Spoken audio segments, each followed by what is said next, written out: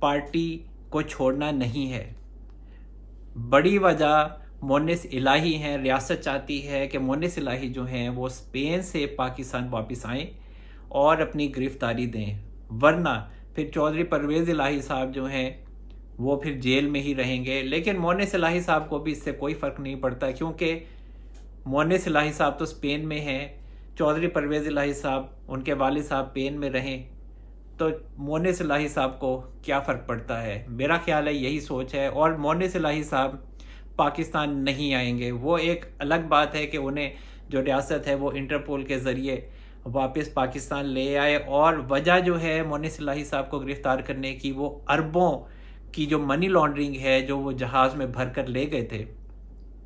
وہ واپس لینا ہے۔ اور ریاست جو ہے اب وہ باہر جو پیسہ پاکستانیوں کا رکھا ہوا ہے، جو کرپشن کا پیسہ ہے، بلیک منی ہے، وہ پاکستان لانے کے لیے بھی بڑے اہم اقدامات کر رہی ہے۔ یہ بات میں آپ کو بتا دوں، یہ بات ابھی کسی نے آپ کو بتائی نہیں ہوگی۔ اور اس کے علاوہ جو چودھری پرویز الہی صاحب ہیں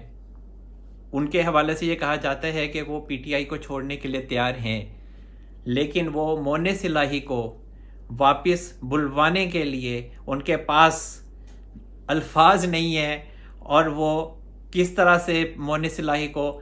پاکستان واپس بلوائیں یہ تو مونس الہی پر ہی ڈیپینڈ کرتا ہے۔ اور اس کے علاوہ ایک اور اہم خبر یہ ہے کہ جو ایمان حاضر مزاری صاحبہ ہیں ان کی جو ضمانت ہو گئی ہے، جو انسداد دہشت گردی کی عدالت میں ان کے خلاف جو دفعات شامل کی گئی تھیں، اور پہلے ان کے خلاف 2 کیسز تھے، ایک کرنول میں تھا، وہ ایک نارمل کیس تھا، اور دوسرا جو کیس تھا ان کے خلاف وہ سی ٹی ڈی تھانہ میں تھا، اور وہاں انسداد دہشت گردی عدالت میں جو سماعت ہوئی تھی اور وہاں پر ان کے خلاف دہشت گردی کی دفعات بھی شامل ہوئی تھیں، تو وہاں تو ان کی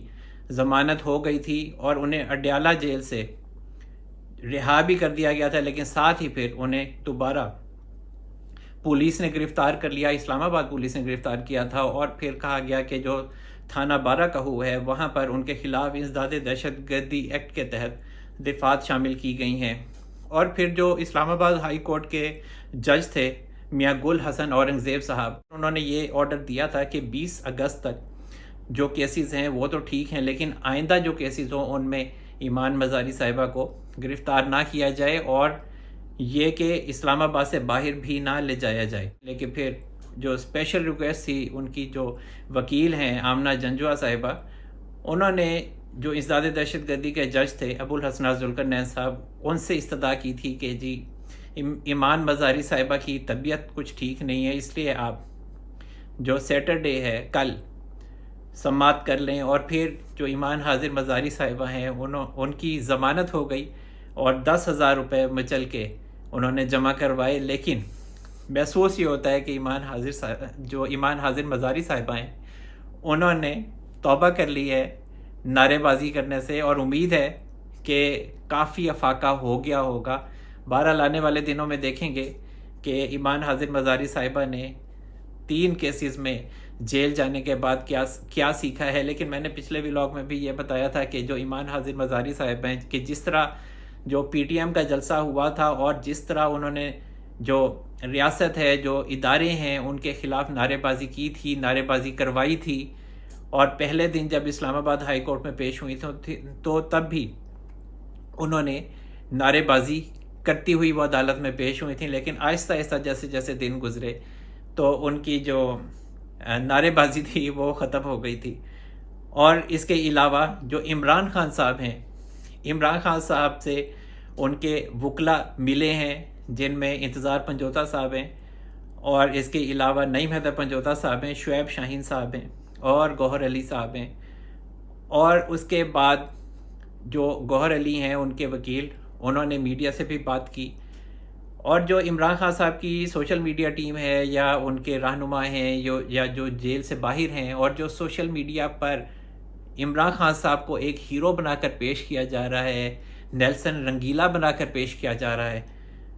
تو کہا جاتا ہے کہ عمران خان صاحب کے حوصلے بڑے بلند ہیں، اور عمران خان صاحب اپنے موقع پر ڈٹے ہوئے ہیں، اور عمران خان صاحب اپنے نظریے پر قائم رہتے ہوئے اس ملک کی جو عوام ہے اس کو آزادی دلوائیں گے۔ اب مجھے نہیں سمجھ آتا کہ وہ کون سی آزادی ہے جہاں پر ہر بات، ایک نارمل بات بھی اگر ٹویٹر پہ بھی لکھی جائے یا کسی سے کہیں بھی جائے تو ان کے جو سپورٹر ہیں وہ گالی پہ آ جاتے ہیں۔ اور اب ایک نئے سرے سے سوشل میڈیا پر آپ دیکھیں گے کہ ایک دوبارہ طوفان بدتمیزی شروع ہو چکا ہے۔ میں یہ سمجھتا ہوں کہ ایک نئی جو گرانٹ ہے، ایک نئی پیمنٹ آئی ہے ملک کے اندر، اور پی ٹی آئی کے جو ٹویٹر اکاؤنٹس ہیں، جو ایکس اکاؤنٹس ہیں، ان کے جو یوزرز ہیں ان کو ملی ہے، اور وہ دوبارہ سے اب ایک نئے جوش و ولولے کے ساتھ ٹیمز کی صورت میں، جتھوں کی صورت میں گالیاں دیتے ہیں۔ اور اس کے علاوہ جو وکلاء ہیں، جو گوہر علی نے جو میڈیا سے بات کی عمران خان صاحب کی کے حوالے سے، تو ان کا یہی کہنا ہے کہ جو عمران خان صاحب ہیں ان کے حوصلے تو بلند ہیں، لیکن عمران خان صاحب کا یہ پیغام ہے کہ وہ فوج اور اس کے علاوہ جو سیاسی پارٹیز ہیں استحکام پاکستان کے لیے، استحکام پاکستان کی خاطر بات کرنے کے لیے تیار ہیں۔ اس کا مطلب تو یہی ہے کہ عمران خان صاحب جیل میں بہت تنگ ہیں، بہت پریشان ہیں، رہائی کو ترس رہے ہیں، اور اسی وجہ سے چاہتے ہیں کہ میرے ساتھ آؤ، میرے ساتھ بات کرو۔ اور یہی عمران خان صاحب تھے جب یہ فرعون بنے ہوئے تھے اور کہتے تھے میں چوروں سے بات نہیں کروں گا، اور پاکستان میں صرف آرمی ہی ہے جس سے بات ہو سکتی ہے، آرمی چیف سے بات ہو سکتی ہے، اور تو میں کسی سے بات کروں گا نہیں۔ اس وقت یہ شہزادہ سلیم بنتے تھے، اور اب ان کی جو حالت ہے یہ اب معافی مانگنے پر آ چکے ہیں، لیکن ریاست جو ہے وہ انہیں معافی دینے کی کسی طرح بھی روادار نہیں ہے، اور وہ سمجھتی ہے کہ عمران خان صاحب ایک جھوٹے انسان ہیں اور ناقابل یقین انسان ہیں جن پر اعتبار نہیں کیا جا سکتا۔ اور اس کے علاوہ عمران خان صاحب کے حوالے سے کہ آفیشیل سیکرٹ ایکٹ کے تحت جو ان کے خلاف سائفر کا کیس ہے، اس کی ایک دن پہلے مطلب کل سماعت ہوئی تھی، اور انسداد دہشت گردی کے عدالت کے جو جج ہیں ابوالحسن ذوالقرنین صاحب، ان کی عدالت میں سماعت ہوئی، اور سماعت جو ہے وہ ان کیمرہ ہوئی، اور جو عمران خان صاحب کے وکلا تھے ان میں جو بابا روان صاحب تھے اور سلمان صفدر صاحب تھے، انہوں نے عمران خان صاحب کی ضمانت کے حوالے سے جو پہلے ہی درخواست دائر کی ہوئی تھی اس پر کہا کہ عمران خان صاحب کی آج ہی ضمانت کر دی جائے، جبکہ جو اسپیشل پروسیکیوٹر تھے ایف آئی اے کے، ان کا یہ کہنا تھا کہ عمران خان صاحب کے جو وکلا ہیں انہوں نے ضمانت کے حوالے سے اور ابوالحسن ذوالقرنین صاحب کے اوپر جو کہ جج ہیں آفیشیل سیکرٹ ایکٹ کے، ان کے حوالے سے عدمی اعتماد کی درخواست جو ہے وہ اسلام آباد ہائی کورٹ میں دائر کی ہوئی ہے۔ تو پھر ان کی یہ جو درخواست ہے ضمانت کی، اس پر آفیشیل سیکرٹ ایکٹ کی عدالت میں سماعت نہیں ہو سکتی، اس لیے جو عدالت ہے وہ سماعت ملتوی کر دے، اور جو سماعت ہے وہ ملتوی کر دی گئی۔ اور مطلب یہ ہے کہ جو آفیشیل سیکرٹ ایکٹ کے عدالت کے جو جج ہیں ابوالحسن ذوالقرنین صاحب، ان کے مطابق یہی پیغام ہے کہ جاؤ پہلے لاہور اسلام آباد ہائی کورٹ جاؤ، ادھر سے فیصلہ لے کے آؤ، پھر میں سنوں گا کہ کیا کرنا ہے۔ اب یہ اسلام آباد ہائی کورٹ جائیں گے، وہاں درخواستیں ان کی لگی ہوئی ہیں، وہاں ان کی 3 درخواستیں لگی ہوئی ہیں عمران خان صاحب کے وکلا کی۔ ان میں ایک تو یہ درخواست ہے کہ جی ہمیں جو آفیشیل سیکرٹ ایکٹ کے تحت بنائی گئی عدالت کے جو جج ہیں ابوالحسن ذوالقرنین صاحب، وہ قابل قبول نہیں ہیں، اور اس کے علاوہ دوسری جو درخواست ہے وہ جو جیل میں ٹرائل ہو رہا ہے عمران خان صاحب کا سائفر کے حوالے سے، وہ ٹرائل ٹھیک نہیں ہے، اوپن کورٹ میں ٹرائل ہونا چاہیے، تمام لوگ ہیں، ان کیمرہ نہیں ہونا چاہیے۔ اور اس کے علاوہ جو تیسری درخواست ہے وہ یہی ہے کہ اوپن ٹرائل ہو، جیل میں نہ ہو۔ تو یہ جو درخواستیں ہیں ان کے اوپر اسلام آباد ہائی کورٹ کے جو جج چیف جسٹس ہیں عامر فاروق صاحب، انہوں نے کوئی سٹے وغیرہ نہیں دیا ہوا۔ تو میں نے آپ کو پچھلے ولاگ میں بھی یہ بات بتائی تھی کہ عمران خان صاحب کو آفیشیل سیکرٹ ایکٹ کے تحت جو کیس ان کا چل رہا ہے، اور ابوالحسن ذوالقرنین صاحب ہیں وہ انہیں ضمانت نہیں دیں گے، اور انہیں اگر ضمانت کروانی ہے تو انہیں اسلام آباد ہائی کورٹ میں ہی جانا پڑے گا، لیکن عمران خان صاحب کی وہاں سے بھی ضمانت نہیں ہو سکے گی، کیونکہ عمران خان صاحب کا یا شاہ محمود قریشی صاحب کا مسئلہ یہ ہے کہ جو ان کا جوڈیشل ہے وہ ہو چکا ہے، اور ان کی تفتیش جو ہے وہ 2-3 دفعہ GIT FIA کی جو بنائی گئی تھی وہ اٹک جیل میں مل چکی ہے، عمران خان صاحب سے تفتیش کر چکی ہے۔ شاہ محمود قریشی صاحب کا بھی 9 روزہ جو فزیکل ریمانڈ تھا وہ لیا جا چکا ہے، وہ بھی جوڈیشل ہو چکے ہیں۔ تو جوڈیشل کرنے کا مطلب یہ ہے کہ ان کی تفتیش مکمل ہے، چالان ان کا 2 سے 3 دن میں جمع ہو جائے گا، اور پھر اس کے بعد ٹرائل ان کا باقاعدہ طور پر شروع ہو جائے گا، اور جب ٹرائل شروع ہوگا تو پھر اسلام آباد ہائی کورٹ کے جو چیف جسٹس ہیں عامر فاروق صاحب، وہ انہیں ضمانت نہیں دیں گے۔ اور یہی وجہ ہے کہ جو اسلام آباد ہائی کورٹ کے چیف جسٹس عامر فاروق صاحب ہیں، انہوں نے ان کی دائر درخواستوں پر کوئی سٹے نہیں دیا کہ آفیشیل سیکرٹ ایکٹ کے تحت جو بنائی گئی عدالت ہے وہ اپنا کام روکے۔ وہ اپنا کام رواں دواں رکھے ہوئے ہے، اور چالان جمع ہونے کا انتظار ہو رہا ہے FIA کی طرف سے، اور ساتھ ہی پھر ٹرائل، اور پھر 1 مہینے میں عمران خان صاحب کو سزا ہو جائے گی۔ شاہ محمود قریشی صاحب کا مستقبل جو ہے وہ عمران خان صاحب کو چھوڑنے سے جڑا ہوا ہے۔ بہرحال انہوں نے یہ پیغام، یہ جو ان کا بیان تھا، وہ انہوں نے FIA کو جمع کروا دیا ہے، اور ریٹن لکھ کے دے دیا ہے کہ جو سائفر تھا، جو میرے پاس جو کاپی تھی وہ وزارت خارجہ میں ہے، اور میری طرف سے کوئی معاملہ خراب نہیں ہوا۔ حالانکہ یہ جو شاہ محمود قریشی صاحب ہیں، انہوں نے ہی تو عمران خان صاحب کے کان میں پھونک ماری تھی سائفر کی، تو پھر اسی کے بعد ہی یہ سیاسی بیانیہ عمران خان صاحب نے بنایا تھا، اور پھر ان کی جو آڈیو لیک ہوئی تھی تب انہوں نے کہا تھا کہ ہم اس سے اب کھیلیں گے۔ اور اس کے علاوہ جو اہم مسئلہ ہے اور اہم مرحلہ ہے وہ ہے صدر عارف علوی صاحب کا، اور ایک دن پہلے کہا جاتا ہے کہ جو آرمی چیف ہیں اور جو DGISI ہیں ندیم انجم صاحب، وہ اچانک پریزیڈنٹ ہاؤس آئے ہیں۔ وہ تقریباً 11:30 بجے جمعے کے دن جو صدر عارف علوی صاحب ہیں ان سے ملے، اور انہیں کہا جاتا ہے کہ سمجھایا کہ آپ یہ الیکشن کی تاریخ نہیں دیں۔ الیکشن کی تاریخ کا جو معاملہ ہے وہ آئینی مسئلہ ہے، اور جو الیکشن کی تاریخ کے حوالے سے اب لوگ یہ پوچھ رہے ہیں کہ کیا صدر عارف علوی صاحب اس ملاقات کے بعد تاریخ دیں گے یا پھر نہیں دیں گے۔ اب صدر عارف علوی صاحب کا مسئلہ یہ ہے کہ جو آئین ہے